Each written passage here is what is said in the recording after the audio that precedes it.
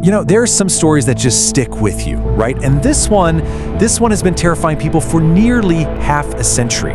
We're talking about a house so evil, a family literally ran out in the middle of the night and left everything behind. So the big question is, what really happened there? All right, let's just get right into it. One of the most infamous and frankly, most controversial hauntings in American history. It all comes down to this one address, 112 Ocean Avenue, Amityville, New York. You've seen the pictures, right? That beautiful, iconic house with those distinctive windows. But long before it became famous for ghosts and horror movies, it was the scene of a truly awful crime.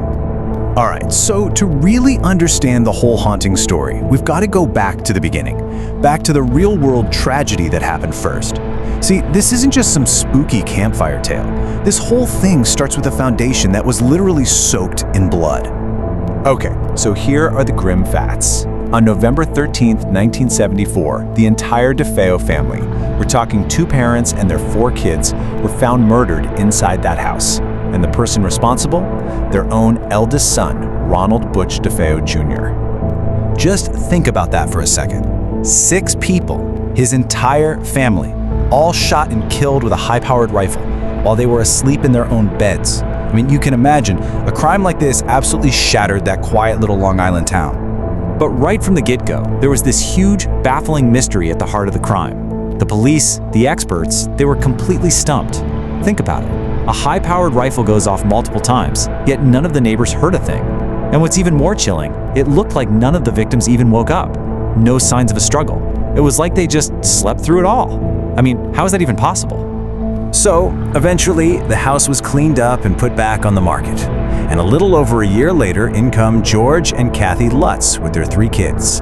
They saw this place and thought, this is it, our dream home. And yeah, they knew what had happened there, but they weren't put off by it. They moved in.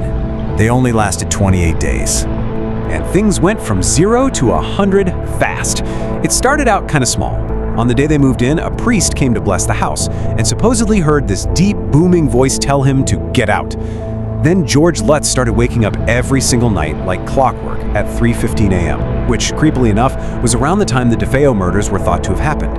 By the time early January rolled around, the activity was just out of control. And it all ended with the family grabbing what they could and fleeing in the middle of the night on January 14th. And look, the stuff they said happened, it was just wild. This wasn't your typical bumps in the night ghost story. Oh no.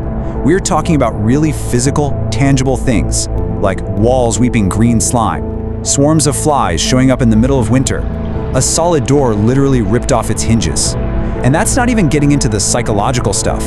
Kathy having nightmares about the murders, George's personality completely changing, and their little daughter making friends with an invisible pig-like creature with red eyes named Jody. Yeah. So, as you can imagine, this story blew up. It became a best-selling book, a huge blockbuster movie, it was everywhere. But then, just when you think you know the story, a massive twist comes out of nowhere. A twist that threatened to tear the whole thing down. Suddenly, the narrative wasn't about a terrifying haunting anymore. It was about a calculated, money-making hoax. And here is the absolute bombshell.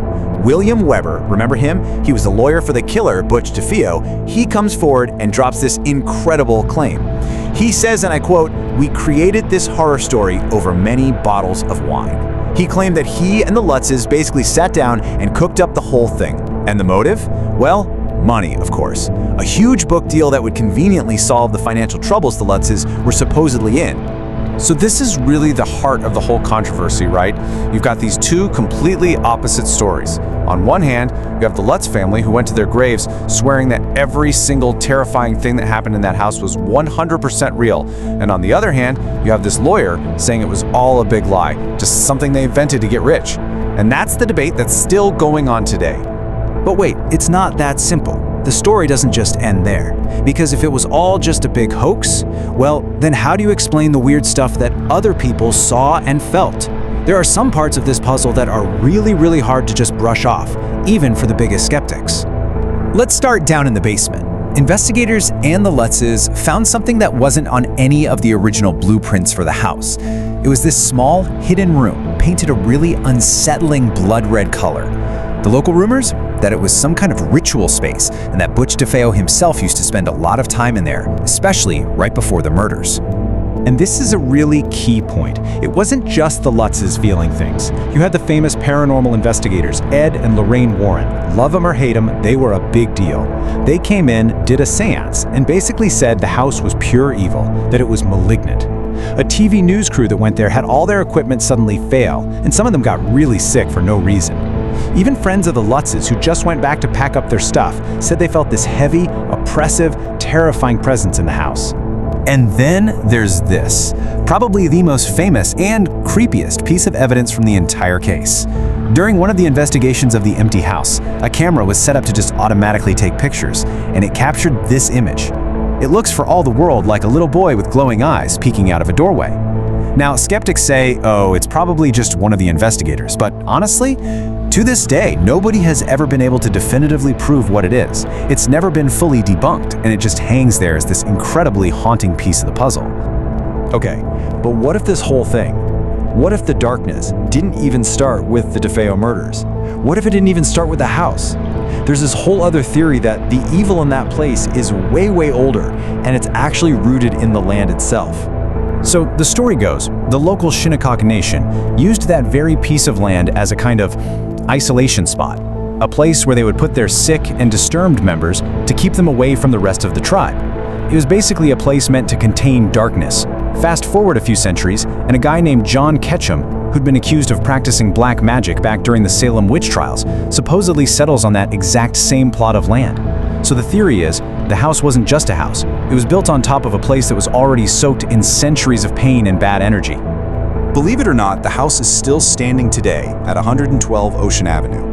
Of course, the people who've lived there since have tried to change its identity. They changed the address, they've renovated it, and they even replaced those famous creepy eye windows to try and make it look less like the Amityville house. But you have to wonder, changing the windows doesn't necessarily change what's inside, does it? And this is where the whole thing just comes full circle in the most chilling way. Years later, Butch DeFeo, the killer, changed his story. He told it a bunch of different ways, but in one version, he claimed there was some kind of dark presence in the house with him that night, something that pushed him to kill his family. And his words were, "I did not act alone." So what are we left with? What truly haunts 112 Ocean Avenue? Is it the lingering spirit of a murderer or his victims?